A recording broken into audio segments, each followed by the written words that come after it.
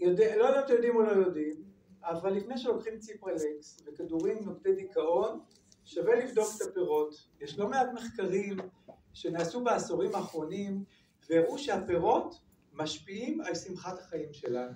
מחקר מאוד יפה שנערך באוסטרליה על 15,000 איש לאורך שנתיים, הראה שככל שצרכו יותר פירות, אנשים היו יותר שמחים.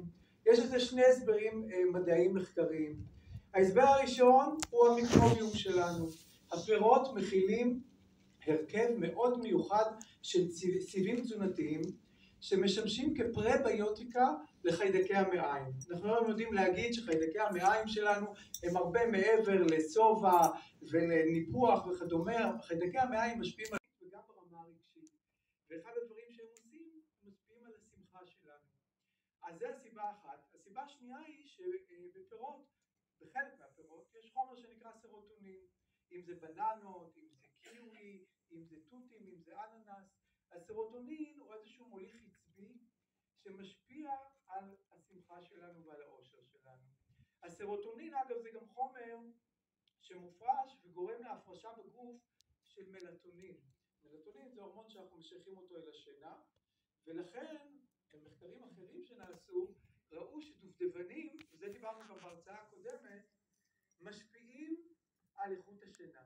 הדובדבנים הם למעשה הפרי היחיד, החומר היחיד בטבע שיש בו מלטונין.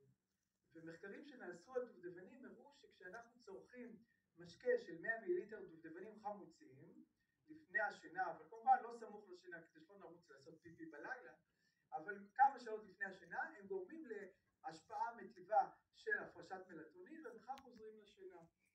אז זה האנקדוטה השנייה. ואם אתם משתמשים בדאודורנט, אז אולי גם תשקלו את הפירות. הם אומנם לא משפיעים על הפרשת הזיעה, אבל מתברר שהפירות משפיעים על ריח הגוף שלנו. יש להם יכולת לנטרל ריחות, מה שנקרא חזקים.